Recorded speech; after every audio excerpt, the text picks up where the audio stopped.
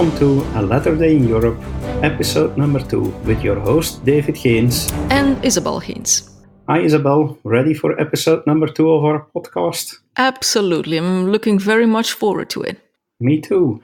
We had several comments and feedback from our listeners for the first episode, and everybody was very enthusiastic about what we did. So, I don't know, did you get more feedback? Yes, I did. And how crazy is that? You know, it just started out as a, crazy idea, actually. So, but I'm glad to see and to hear that what we've been doing, that it's appreciated. Yeah, indeed. So we have to warn our listeners that this time we are not in one studio. Mm-hmm. You are 1,000 kilometers away from me. Exactly. You are in Sweden. Mm-hmm. So what are you doing up there? Actually, I'm on vacation, and I must say the weather here in Sweden is very hot. So if someone ever tells you that Sweden is a cold country, just please don't believe them. It's the temperatures are crazy outside, and actually right now I'm watching a wonderful sunset. I wish everyone who listens could see it. It's amazing. Maybe we can share a picture of the sunset together with the show notes of this episode. Yeah, that would be a great idea. Okay, but this gives us a nice intro for our first topic while being on a holiday, because at this time of the year, a lot of people will be on holiday, will go on a vacation or a short trip. Is what about church? Do you love to go to church in another ward while you are on vacation? Absolutely. What I love about our church especially is that wherever you go, you feel welcome. You know that we're all brothers and sisters, and you can just enter the building and you feel like home. This is really, really amazing. If you go to Sweden, America, or Africa, in a matter of speaking, you feel home everywhere. That's pretty amazing. Yeah, I totally agree. I always think I think there is always a difference in culture. It's always nice to taste of these different cultures, also really taste, because sometimes you discover nice new food while on vacation. But what I like is then, as soon as you enter a church, when you learn to know the people like brothers and sisters, then within a split second, you have the feeling, okay, this is my family. Okay, maybe my extended family, but this is family. It's always great to come home again, even thousand or several thousands kilometers away. Yes, exactly. And what I also like very much, and then especially also for our kids who have autism, is that everything is so predictable. We start in Belgium, for example, we start by singing a hymn, and here in Sweden, they do the same thing. And wherever you go, the program and everything is the same. So that's why it feels so confident, I guess, because you know what's going to happen. Yeah, that's true. And most of the time, we find nice people willing to translate for us because, okay, you know Swedish, but for instance, when I'm in Sweden, I have to rely that somebody is translating in English for me. Yes, exactly. We have some lovely friends here in Sweden who are always willing to help us out. And even though in our own ward in Ghent, we always have the same sister, Lieve, she always translates every single Sunday. She's behind in church translating for everyone who needs translation. That's amazing. I don't know many other churches who do that. Yeah, it's one universal, one global church, everywhere the same. It's like last time we discussed the new hymn book that will be coming. That's also an effort in having one global program. It's the same with the new the new youth program that will follow, and because in America they said, okay, we're going to end our long time relation with the Boy Scouts of America. And that's done especially to have one youth program that's universal for the entire church.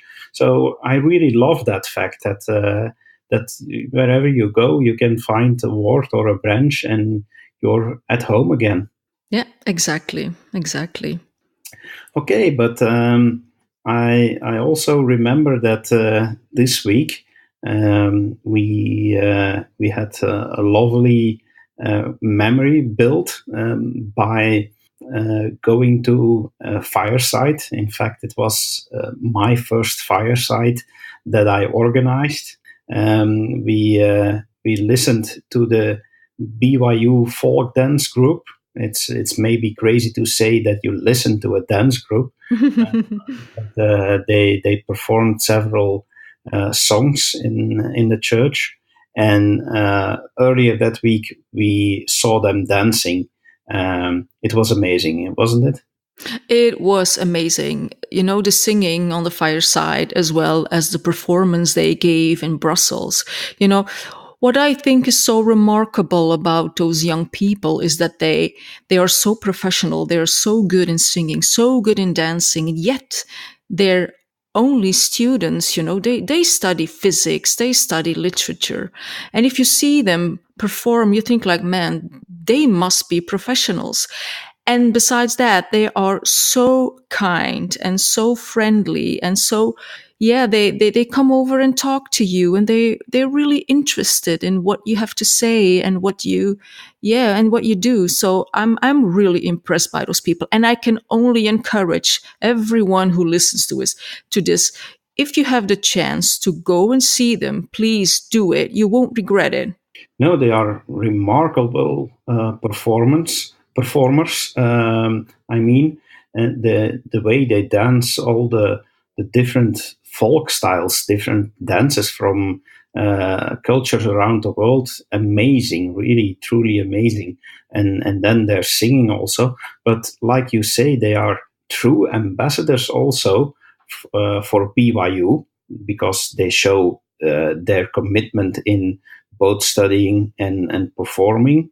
That's already a huge commitment, especially if you know that a lot of these young people, like you said, don't do a major in music or dance, but they're also true ambassadors for our church, and that's one of the things that really struck me. Yeah, me too. I remember talking to one of the dancers, a guy, and he said, he said, we have been doing many performances here, Belgium, Paris, and then Poland. And he said, the fireside here that you organize is the most important thing we do on our trip. And I was pretty amazed. I was like, what, is this more important than dancing for people? He says, yes. He says, because this is our main aim. That's what we're here for, to testify about Jesus Christ and to bring people to the church. And that was, it really touched my heart.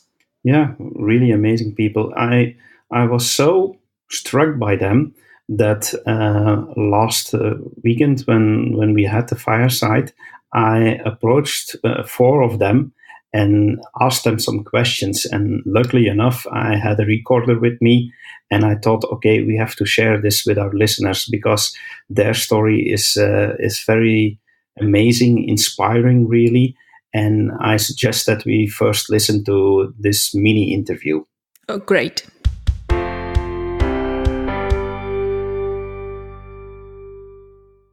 Okay, nice to meet you.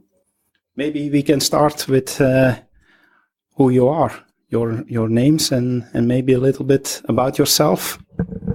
Yeah, totally. Okay. You start off? My name is Ken Nukaya.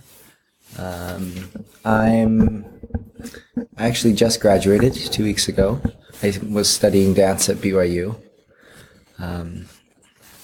I am originally from Idaho, but have lived the last part of my life, adult life, in Utah. So Utah is now my home. And dance really is my life. I'm Emily Allen. I'm from Sandy, Utah, and I am at BYU studying human development, and I'm hoping afterwards to get a master's in human development as well. And I've danced since I was 6, and so it's fun to go to BYU and to learn about other things as well as dance. My name is Camille Ensign, and I'm also from Sandy, Utah. And I am studying tourism at BYU. And I started dance when I was 3. I did ballet for a while, and then I did a couple different types of dance until I was 9. I started Irish dancing when I was 9, and I've done that up until now. So that's me. My name is Talon Mann. I'm 23 years old. I was just recently married. Congratulations. Thank you very much. To the mandolin player of the group. Yeah. I'm from Provo, Utah for the last little over 10 years. And I'm studying elementary education currently at BYU. And I hope to be a good teacher someday. That'll be fantastic. Wow, wonderful. It's amazing. You're all part of a dancing and a music group, but that's not what your studies are. So that's really amazing to discover that and to learn that you study so many different things. So you're now on a tour in Belgium and some other parts of Europe, I believe. Do you go often on tours, and are the most of those tours in the US, or is this rather regular stuff for you guys to be some part of the world? So every summer we go on tour, and just depending on the year we go different places. This is my 3rd year on the International Folk Dance Ensemble. My first year we went to Nauvoo. Last year we went to Asia, and this year we are here in Europe. So it just depends on the year of where we go. However, most years we also do during the school year have a tour during the middle of our semester for about 10 days. This year we did not do that. But my first 2 years we first went to the northwestern states in America, and then my second year, last year, we went to Northern California. Oh, it's nice that you can visit some other parts of the world. Did you have time to visit some things while you were over here? Yeah, we've had a couple of free days. We had a few free days in Paris, and so we've done things like, I don't know, we went down the Champs-Élysées, or some of us went to Disneyland, or we had a free day in Amsterdam, and then while we're here in Belgium, we'll have a day of touring Antwerp, and I know you pronounce this differently than I'm about to, but Ghent or whatever that town is called, we'll go see that, and then I don't know. Brugge? No, Bruges. Yeah. Brugge. We'll go to Brugge. The most beautiful city of Belgium. Okay. Good to know. I live over there, almost. Now,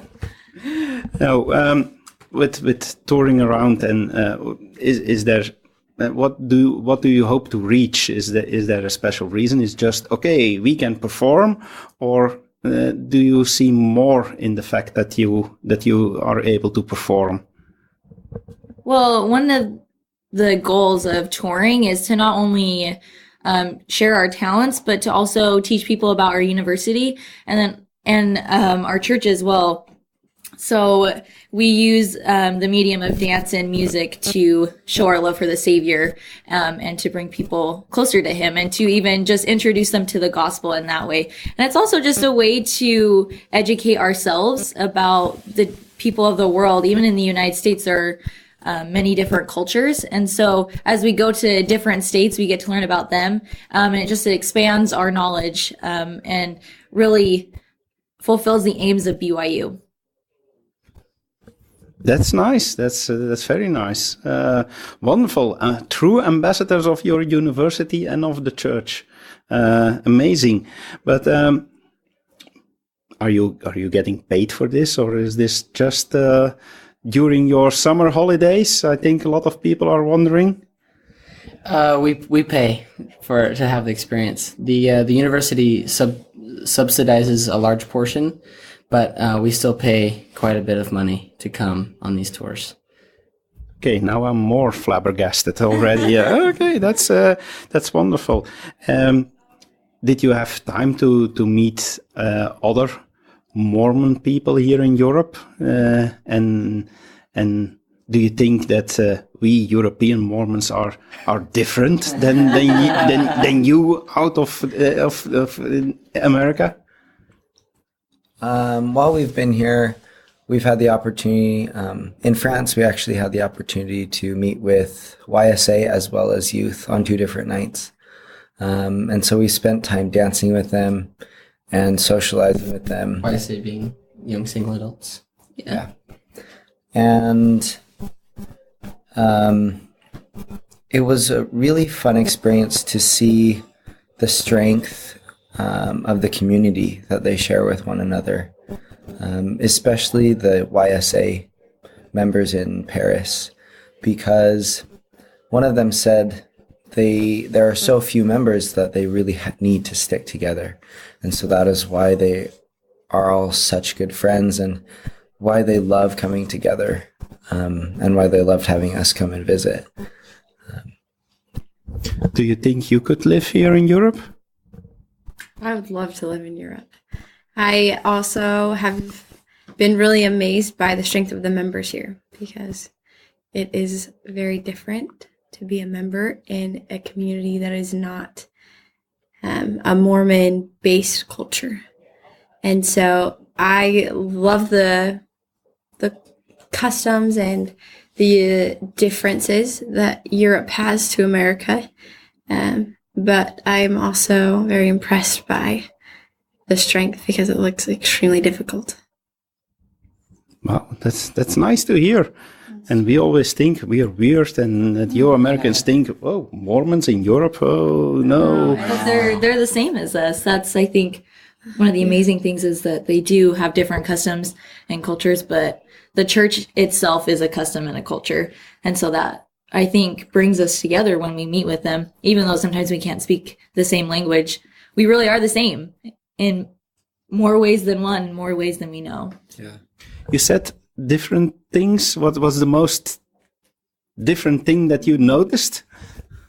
That's a good question.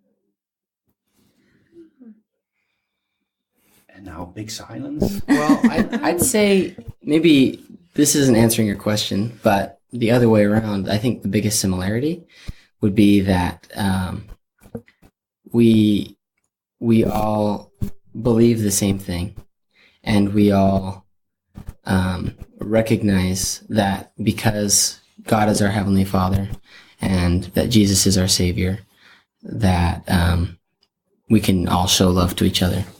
And I think with that foundation, the differences become strengths, and they give us a wider depth of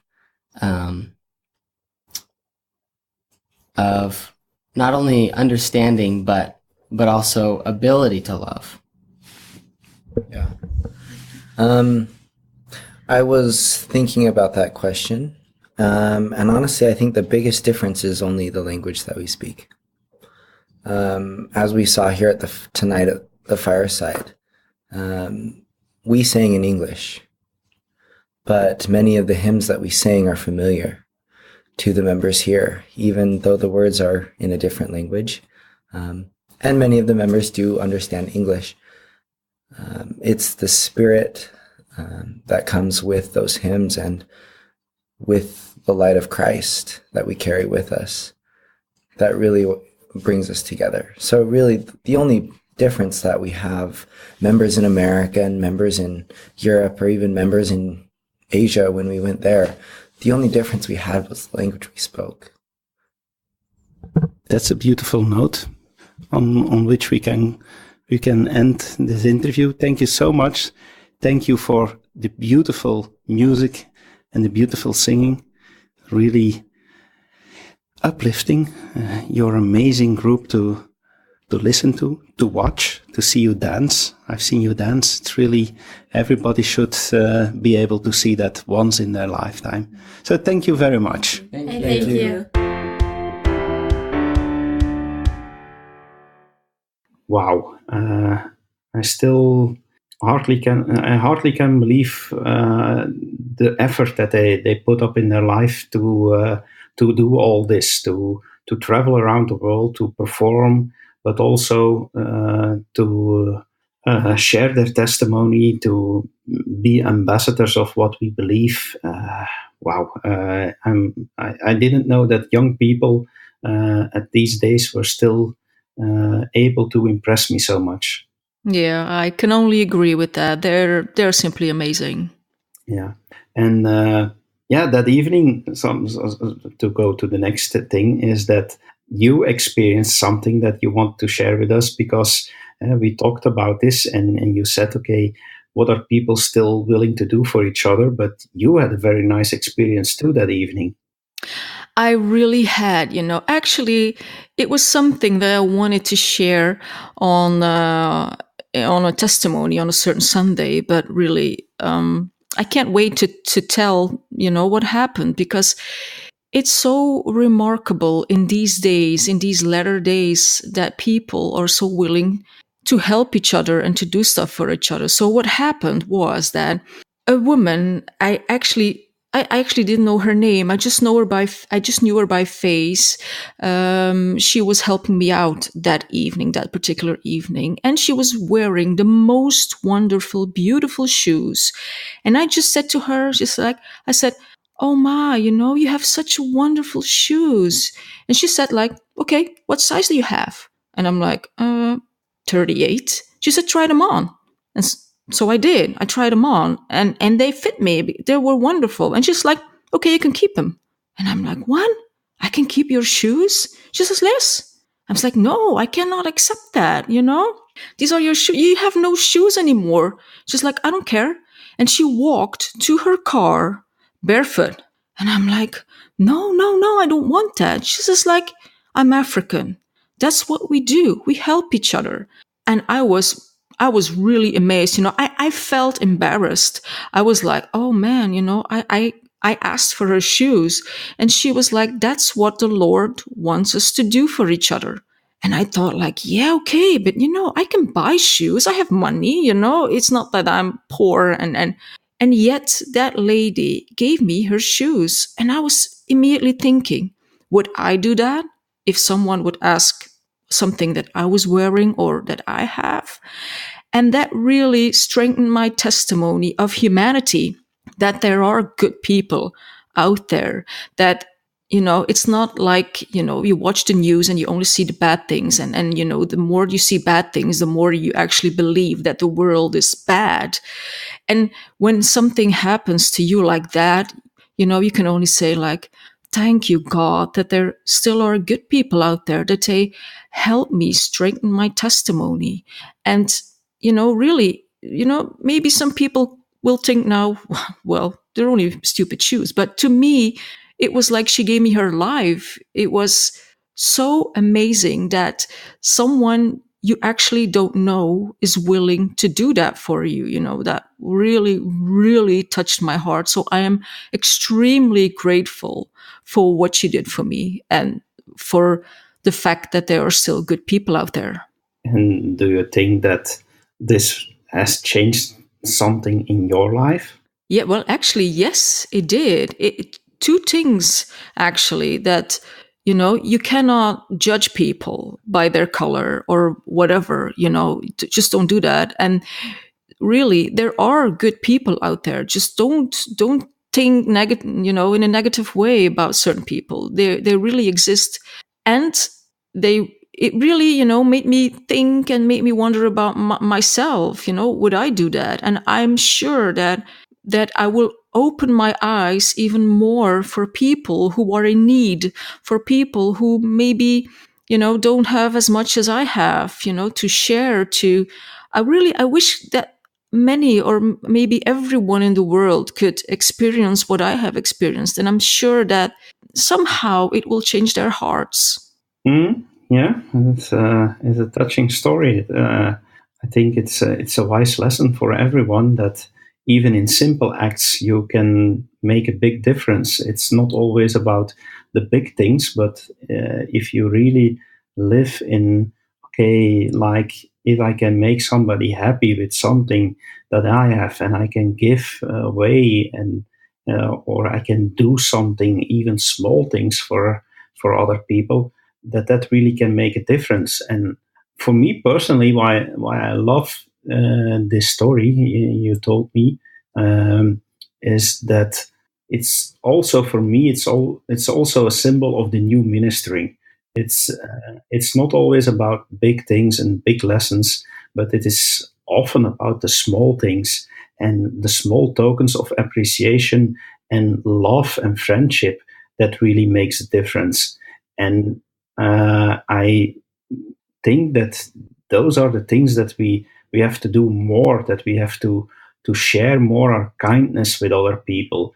And if everybody would do that, then we are shining our light to others. Then we can show how important it is to feel the true love of Christ, because the true love of Christ, like it is said in the scriptures, it's charity, and charity is about loving your fellow man. And I think it's we often think of charity in big things. Is, oh, we will be there when there are big disasters and stuff like that. But charity is also in the really small examples. And what you've just told me is a great example of such thing. It is, it is. And the thing is that I think everyone is capable of giving stuff away or do something. For example, if I would have like 1,000 kilos of apples, I would give everyone in the street in town an apple because I have so many of them. But giving something away that you, like in my case, shoes that you have to go home barefoot. I mean, this is amazing. This is for me beyond words. She gave something away that she actually needed, and that's when you feel the effort of people. That's what still amazes me so much. Yeah, it's like, and we always think that in the scriptures, the stories that we read in the scriptures that are made up stories, or that there are big examples given to us. But this reminds me of the story of the widow who gave 2 pennies as a fasten, or yeah, something like that. And that our Lord said to his disciples that of all the people they saw giving money, that her gift was the greatest of all, because the rich people, yeah, they donated much, but they didn't feel it. And the widow, she gave all she had. And I think what you told me now is just a modern version of such a story that is really resonating in the scriptures. Yes, exactly. Okay, nice thing to share with everybody.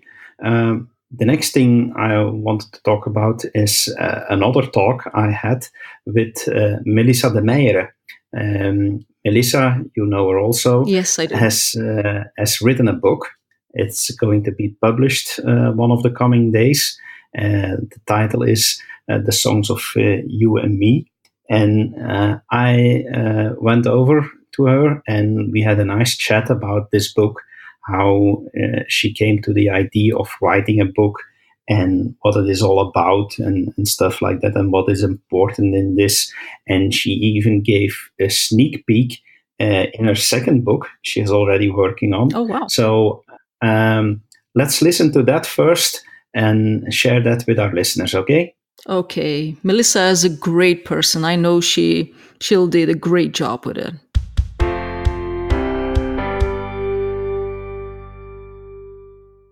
Today we have a guest on our show. It's Mylissa Demeyere. She has written her debut novel, and we are going to talk with her about this novel. It's called The Songs of You and Me, and we will listen to her to all the reasons why she has written this and what it is about.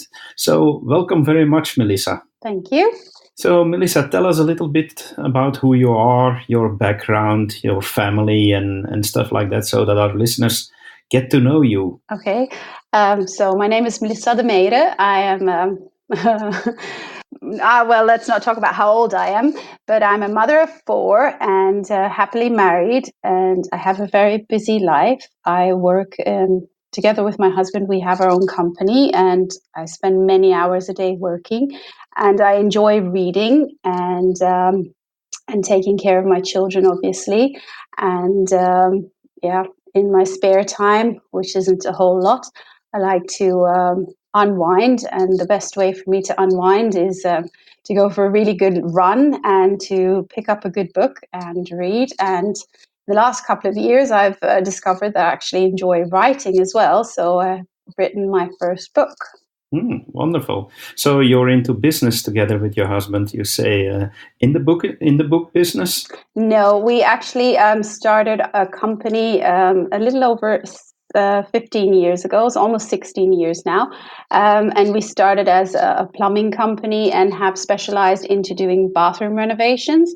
So he does all of the sales and managing and all of that, and I do all of the finances, accounting, human resources, all of the kind of nitty gritty, boring stuff, which is it's a lot of work and it's very intense, and I enjoy it, but it's when you're doing that all the time and working together all the time, it can be very taxing at times. So it's important to have a healthy balance and to have other things going on in life, so you're not always working together and always just in the business of bathroom renovations and stress. Yeah. No, I can understand. But then you are quite a busy woman, into business together with your husband, and then running around, raising 4 children, and then reading and writing. Wow, amazing. Well, I think most women are very busy and doing lots of things. I don't think I'm particularly spectacular doing many of these things, but I like to stay busy. I'm one of those people who doesn't like to kind of sit and think, oh, what shall I do now? I always have too many things on my to-do list, and it's nice to kind of prioritize and pick the things that are most important to do, and sometimes kind of pick the things that I really want to do. It makes me have to really choose what I want to do and not waste my time on ridiculous things.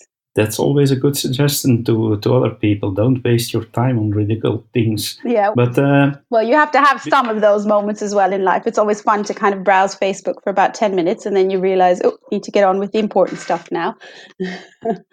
That's true. That's true. I have to keep that one in mind.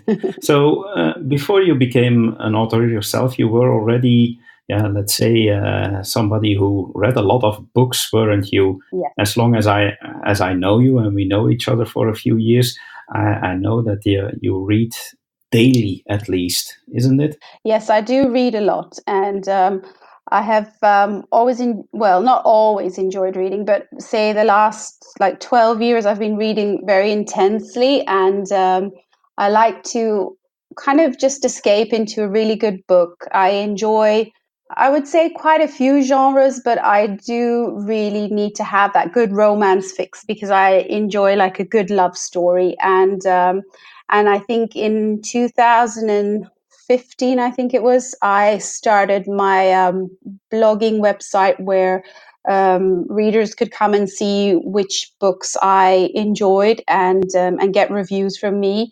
But it would mostly also be, how do I say, it was a place where authors could also find me and where I would review for them, and sometimes even beta read. I don't know if you know what beta reading is.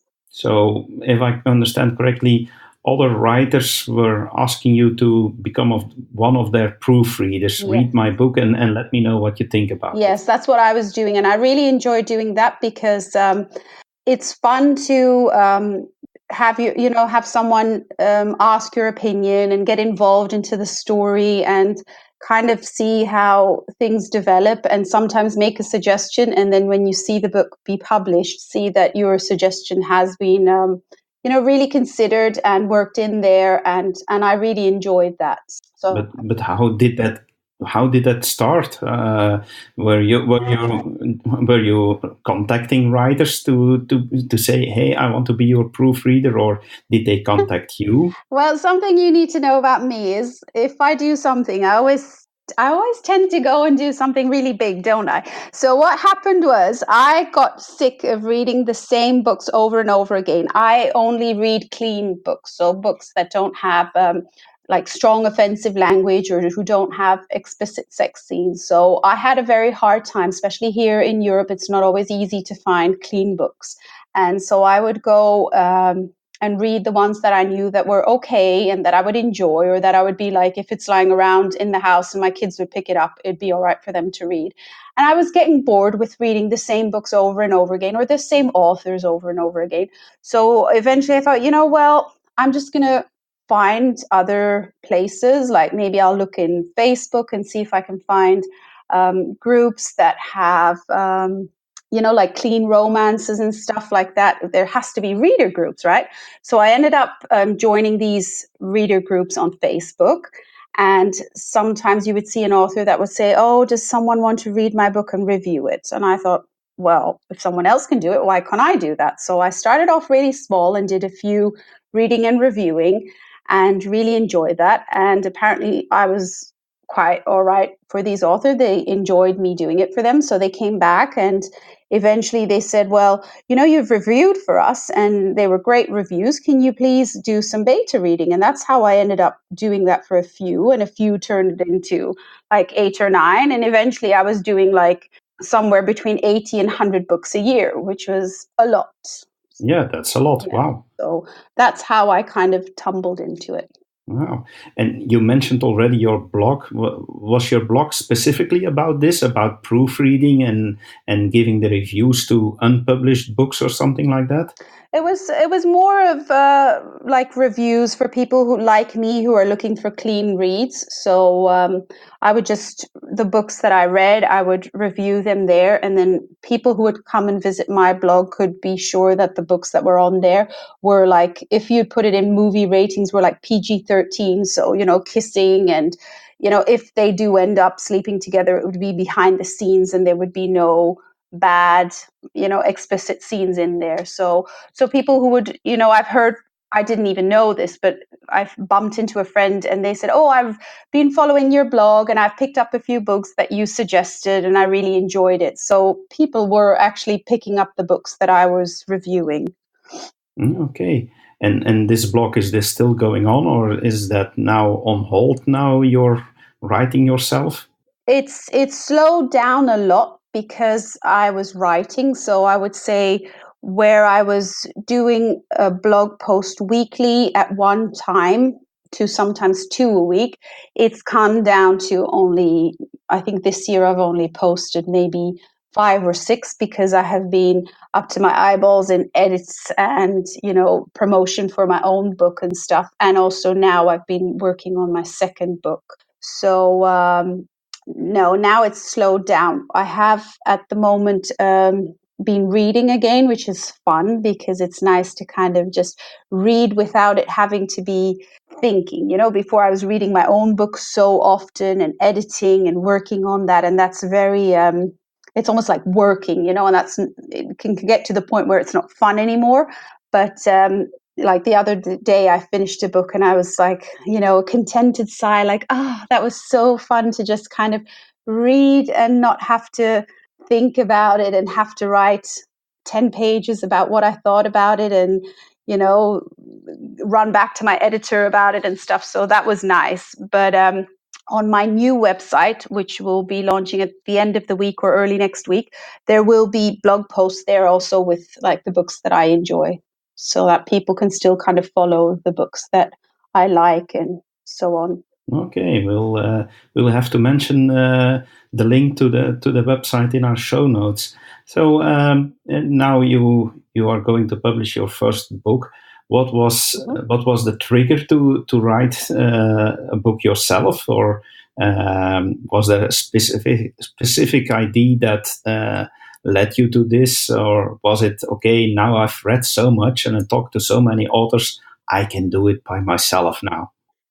No, I did not at all have the confidence that I could do this, but I have my very best friend, Inge, would read my reviews, and she always enjoyed them. And she said, "Oh, and you write your reviews in such a fun way, and it's so enjoyable to read your blog posts." And, she would always just go on and on about it. And I used to always joke, like, ha, ha, ha. And she said, "Oh, you should just really just write your own book. You would be so successful with it. And, people would just really just eat up the way you write." And I would just laugh it off. And I always said, "Well, if I have a really good idea one day, I will write a book."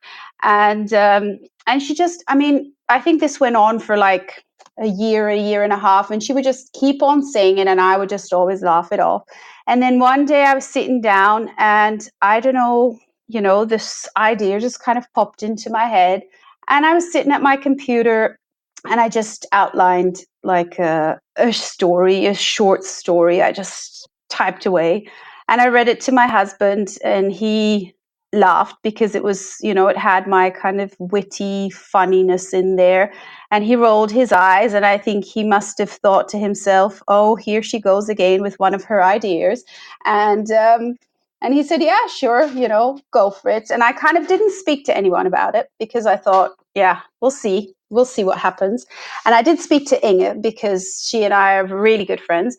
And she just kept on encouraging me. She said, "You have to do this. You have to do this. Just go on and do it." And so I thought, well, if she believes in me, I guess I can do this, right? So yeah, I started working on it. And soon I had about 5-6 chapters. And I sent it to my very, very dear author friend who I like trust explicitly. And she's so, so great. And she said to me, she says, "This has a story in here." She said, "Keep on going, keep on working." And yeah, 2 years later, now there's, a book. It's ready. Wow, amazing. So now there is your book, your debut novel, "The Songs of You and Me." Uh-huh. For if I can call it like this, it's about what happens in a fictitious town called Bellbrook in New York. And it's, of course, it's a love story, since you like love stories about Jane and Jackson. But the title, "The Songs of You and Me," is it about music, or what's the theme that led to this title? Well, for a very, very long time, the manuscript sat on my computer and I was working on it, and it didn't have a title. I struggled so hard to name this book. But what I did have, and this is kind of giving you like insight into how I write. This book started off with a scene, and I got the idea for this scene by listening to a song. And because I'm so busy and I can't sit and write, I'd love to just kind of wake up in the morning, have my breakfast, go for my run, and then say, "Mom's going to sit and write. Everyone leave me alone, and we'll have dinner at that time." And that's it. But sadly, that does not happen in my house. And so, I could like write sometimes from 8 at night till 10, or sometimes 11 or 12, depending on how good I was, in the zone. And I would just have this song, and I would listen to this song, and then I would kind of see this scene of Jane and Jackson. And then all of a sudden I would be driving one of my kids to one of their hobbies, and I'd hear another song, and I would see this new scene, and it would just kind of pop into my mind. And then I would tell my daughter, "Okay, take my phone, go to my notes, write this down." And I would have all of these like songs and little scenes and all of it mapped out together. And that's how I got the idea to have each chapter in the book have a specific song that is linked to the chapter. And the more I worked with that idea, the more the book kind of felt more like it was mine.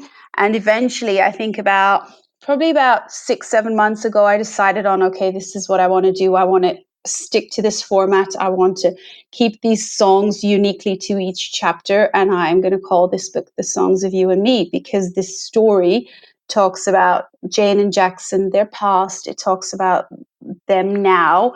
And each song kind of shows what's going on with them in that specific scene. And if you listen to the songs and you listen to the lyrics and even like the melody of the songs, you kind of get sucked into this scene so intensely that it just kind of gives you the great idea of what this book is all about. So when reading this book, the readers should put on the music then. So you should publish this book together with the CD or something like that. Well, what we do have is each chapter has the name of the song in there. And if you buy the ebook, you can just click on the link and it takes you into Spotify in each chapter to listen to that song that goes with the chapter. If you're buying the paperback, obviously you see the list at the end of the book, and in each chapter the song that goes with that chapter. And what I've also done, because for me that's very important, because that's the way my mind works, at the end of the book I've given you the full playlist and I've written why I feel that song is so important to that chapter. Wow. Because I want to kind of explain, like, this is how I saw that scene and that's why I added that. Because sometimes the song is more Jane or it's more Jackson, and there's even a small part in the book that's someone else's little song in there, and then you need to have that little few sentences of explanation in there. So that's what I've done. Mm-hmm. I think it is a great idea. It's more than a book. It's an entire environment where people get sucked in, and it's not only playing your eyes and your mind. It's also through your ears. Great idea. So I've read that you say about the story, and please avoid any spoiler alerts, because we want our listeners to go around to the bookstore or download the book on whatever it is for sale. But you write yourself that Jane and Jackson are two best friends who get a second chance at first love. I was triggered by this sentence. This sentence alone makes me wanting to read this, because I'm thinking, how can you get a second chance at first love? Where does that idea come from?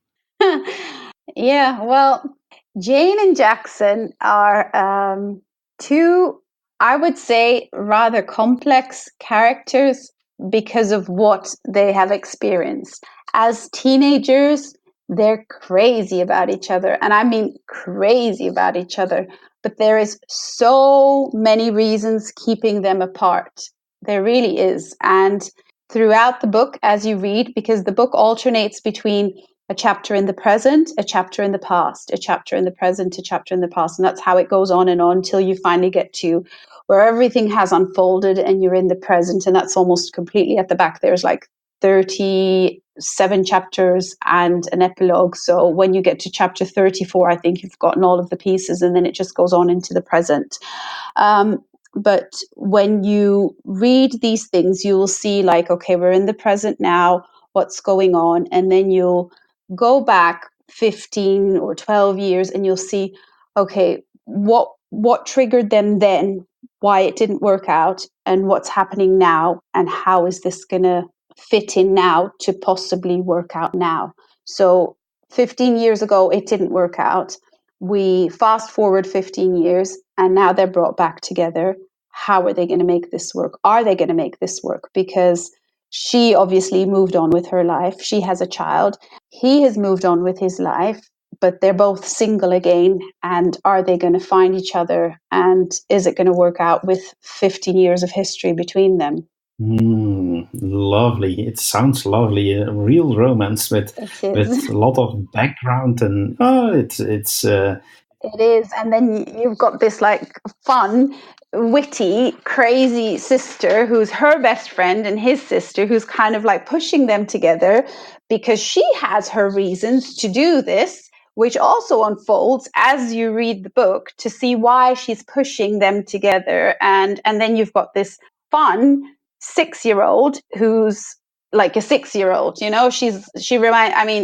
when I look at my 6-year-old, she inspires me to write this 6-year-old.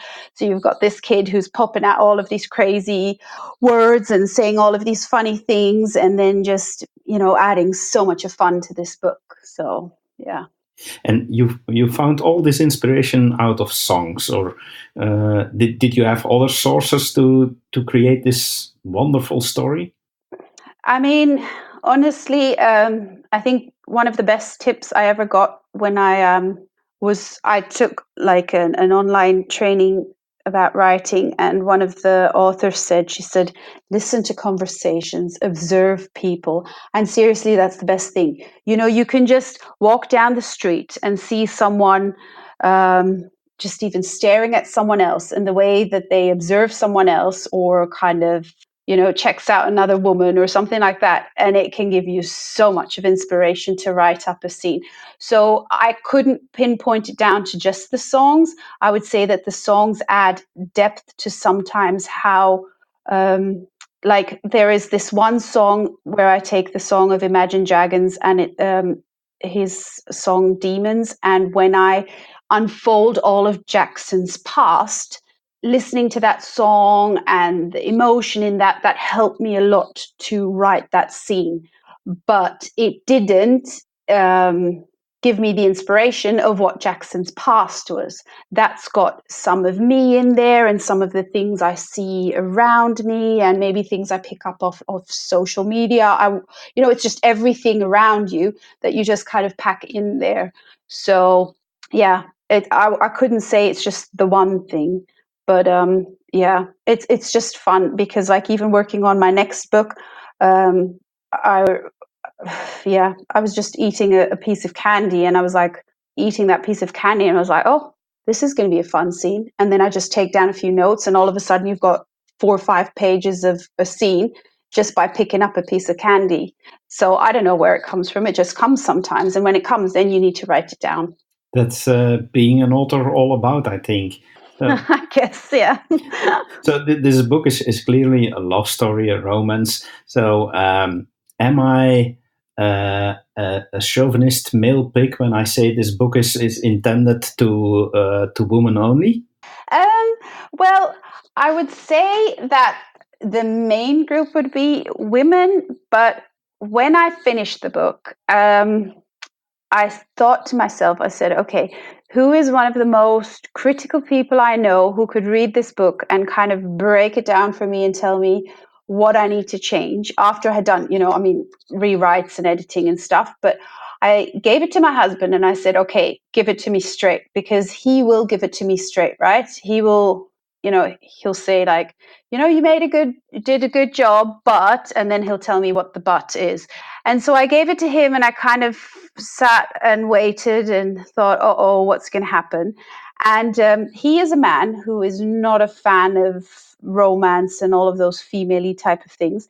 He read the book, and he actually really enjoyed it, and he was pleasantly surprised. He said he didn't like all of like the kissing scenes and stuff. He thought that was a bit like, but he liked like the feelings and the emotions and the theme of second chances, and there's so much in there. It's not just let's fall in love. There's like facing your fears.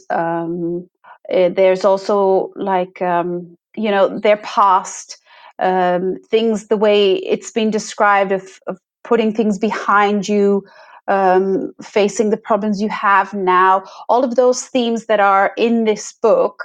It can kind of really be open to just about anyone who likes to read.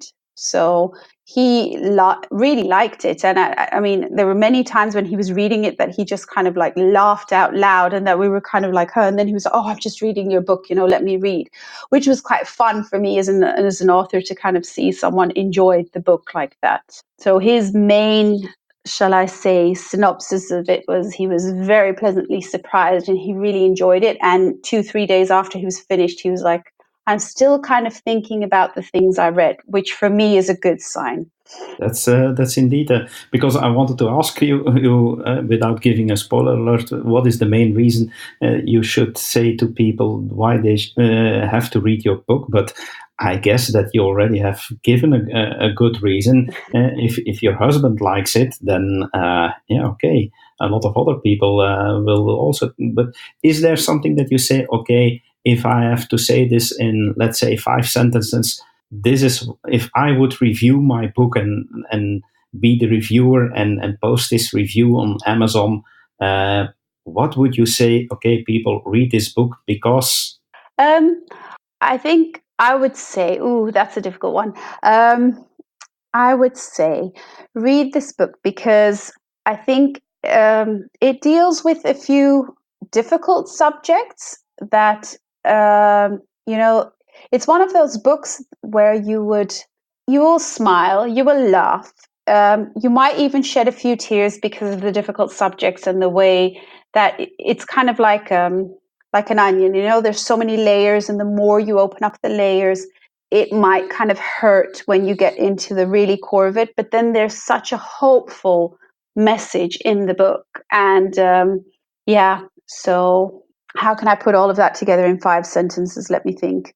Yeah, it's difficult, I know, but sometimes it is very difficult. Sometimes a difficult question is also nice on our show. Yes, it is.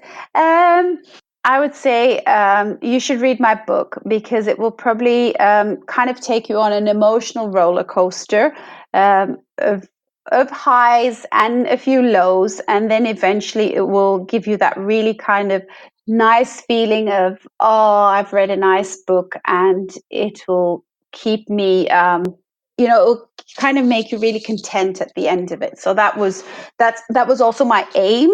And I have read this book, let me think, I would probably say at least 50, 60 times because of all of the rereads and editing and everything. And still, when I sit down and I read through the scenes, I still kind of smile and I'll giggle at the funny parts. And I still feel like I love this book after going through it so many times.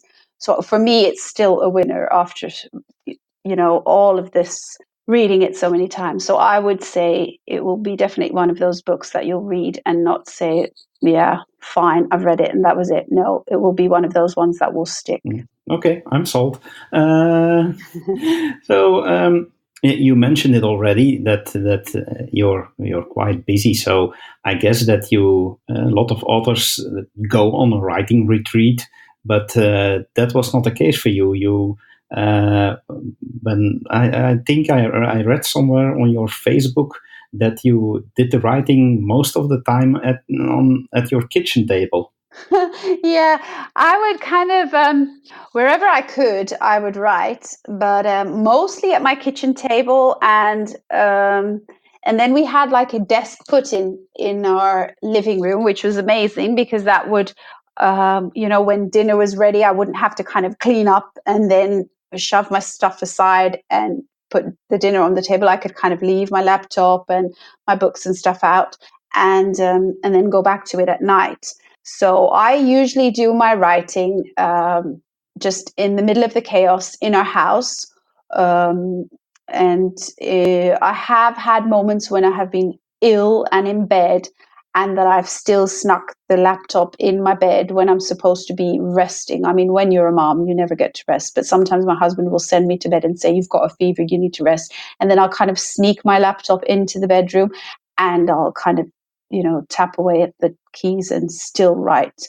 And I tell you, then is when I do some of my most amazing work because everyone leaves me alone. And the last time I was ill, I did like 11,500 words in 2 days. That's amazing. So I don't mind getting sick and having the laptop in the bed with me, but that doesn't happen often. So, which is also a good thing, but yeah. Yeah, so we can at least say that this book was written under some kind of fever. No, that's actually the second book. The second book was when I was like ill, and that's like now it's going a lot smoother. And then the second book is I wouldn't say it's a continuation of the first book, but there's a character in there that I always felt when I added her to the book that she gets a very small little scene in there, which isn't a very nice one. But, I always felt she needed to get her redemption story. So book 2 is her story. And I'm writing all of that now. And I feel really strongly about that because that has got a few themes in there that are very personal to me and are very important to me. So I have been very dedicated to that. And my deadline is also by the end of the summer, middle of September. I want to have that book done so that by the end of this year, I can publish that book. So you're publishing your book on your own, correct? Mm-hmm. Yes. Wow, writing a book, publishing it. You are indeed an entrepreneur woman. Yes, I actually did consider the route of going through finding a publisher and stuff, and I found someone who was interested in publishing my book, and she asked me for more. I sent her more, and she was interested in offering me a contract. But by then, you see, I'm very when I decide I want to do something, I go out and do it. And by then, I had already invested quite a bit of my own money in getting my book published. So I thought, well, it's going to have to be one whopping contract to get all of this, my return on my investment. So I decided I'm just going to see this out and continue on the route that I have done, and we'll see for the second book what I'm going to do. But for now, I think I'll continue on the route of self-publishing. Okay. And did you get, along the way, did you get a lot of help of the authors you helped in the past? Yes, I did. There are two ladies who helped me. I could never thank them in as much as how much they helped me. They did an amazing job. I have this one author friend, and I can send her my manuscript, and she will send it back to me. And sometimes her notes are so brutal that you kind of have to take like an hour or two sitting down on a chair, and you kind of need to, you exhale and kind of say, okay, this is for my good. But her feedback is amazing. She has helped me so much. I would say that a lot of her help and feedback has made me confident enough to go out there and pursue this. And my other friend, she has been my friend the longest. And we trust each other. And every time something happens, I'll email it to her. She has always believed in this story, always believed in me. She always encourages me to keep on going on about it. And she will be a little softer in her feedback. And she will always say, like, okay, maybe you can consider this, maybe you can consider that. And she will have the softer approach, but she has also have given me amazing feedback. And she has also, both of them have helped me figure out how to get published, how to do that. Then I've reached out to a lot of my author friends, and one has even video conferenced with me and helped me find other contacts on how I need to get my book out on Amazon and so on and so on. And then I've had another author friend who's helped me find a good editor. And there's this really great author community that is very supportive, very helpful. And it's been nice that even though I'm not published yet, they've kind of taken me under their wings and helped me out. I've only had one nasty experience early on in the beginning, which pales in comparison to all of the amazingly great experiences I've had so far. So wow, that's great. Great. Yeah. Great. These are amazing women, and it's wonderful to call them my friends. Wonderful, awesome. So, you and I, we are both Mormon, and people will be wondering: has your faith something to do with this book, or is this targeted on a Mormon audience, or do you say, okay, no, it has nothing to do with it? Okay, it's a clean romance. You already said that's important for you, but is this targeting to this specific community, or is it broader than that?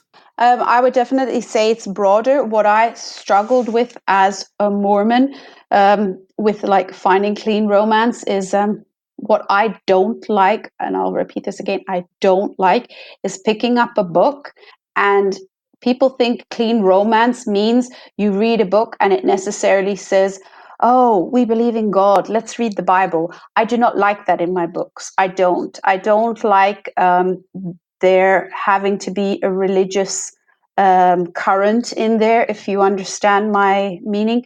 I think if I want to get religious nourishment, I'll really go into my scriptures and all of that. but like the Christian kind of romance, I'm not a huge fan of that. And I don't think I've ever really been a huge fan of that. What I would say about my books is I could never have written this and never have done this without the help of my Heavenly Father. And like even in my dedication, he's like the very first person I thank, because it's been amazing to feel that in the limited time that I have, and with such little experience that I have felt my Heavenly Father standing there with me every step of the way and helping me through this. And that has been a huge testimony builder for me. But other than that, there isn't anything in my books in which I would say that it has a spiritual kind of meaning in there, because I like to keep it kind of broad to everyone. On my website, there is like, yes, I'm a Mormon, and yes, there is a link to the Mormon website, because that is a huge part of who I am. And if you want to get to know me better, then yes, take the time and figure out what I stand for and what I believe in, because that's important to me. But no, that will not mean that I'm going to kind of put that into my books, unless, I don't know, maybe if there's ever once a theme that it will really need it. But at the moment, I don't see that happening. Okay. Yeah. So you said you already had feedback from your husband, from your best friend, from some others, but now it's going to be published and out in the public.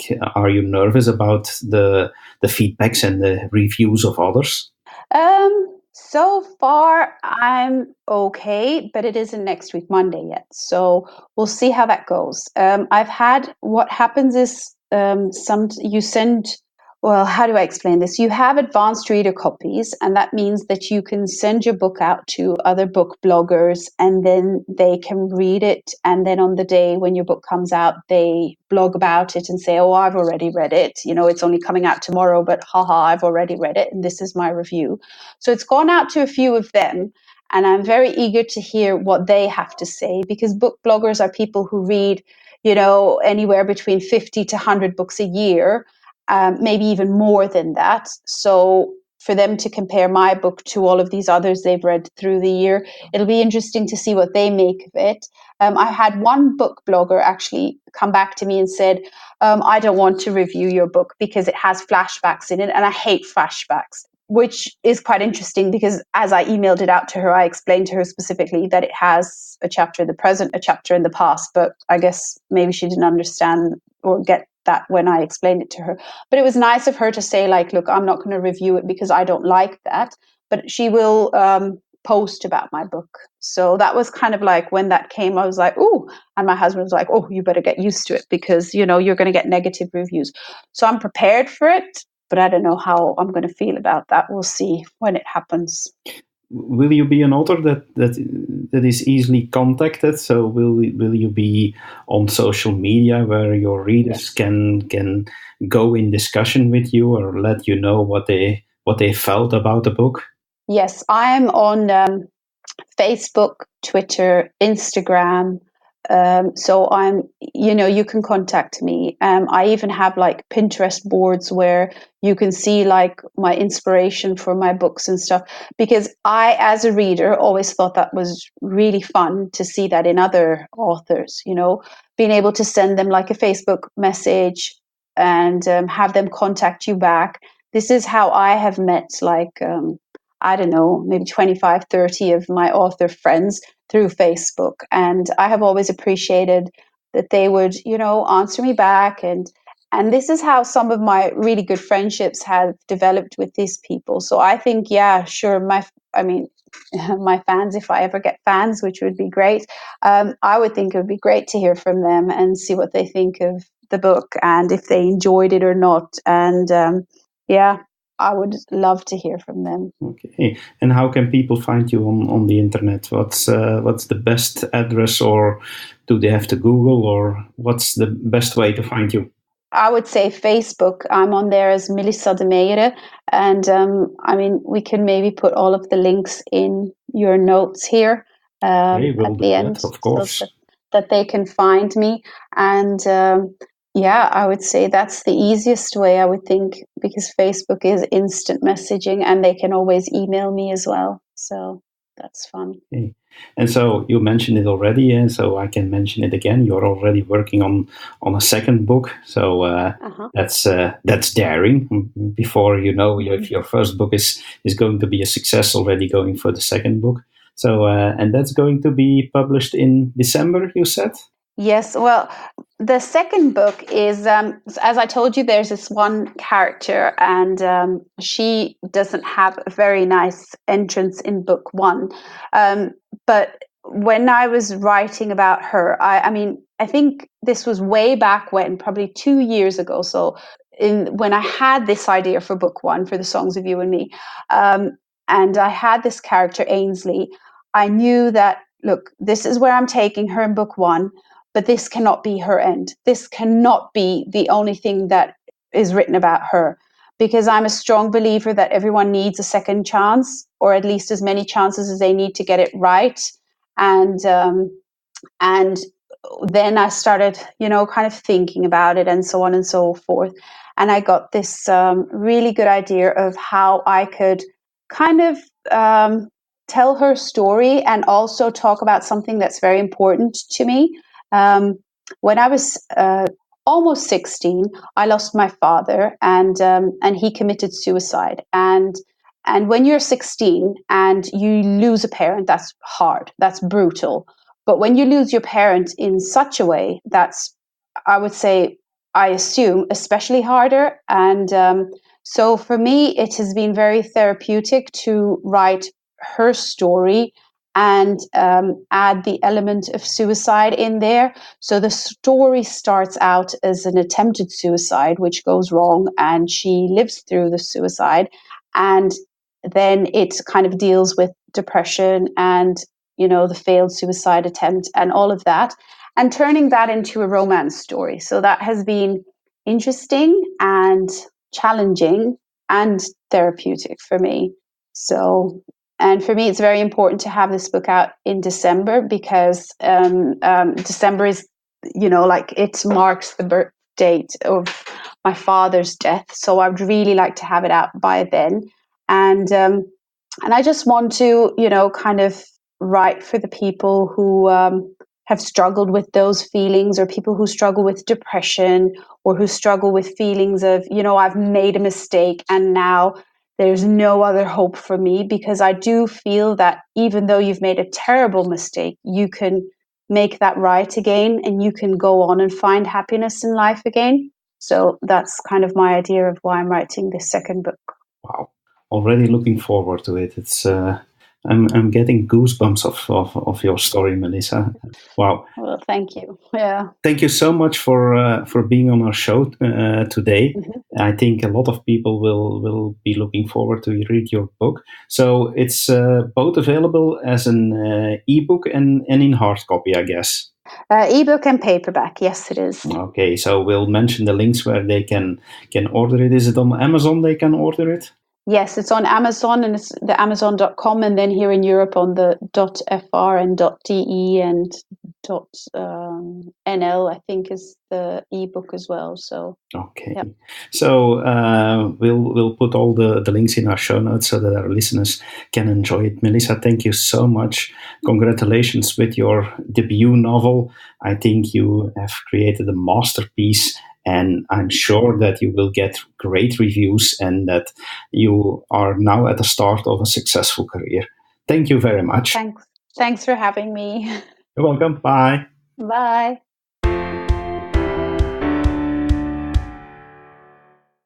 Amazing woman, Mylissa. I can't wait to read her book. It's maybe not like she said. It's maybe not directed to men, but I think I would read this love story. I don't know if you are going to read it.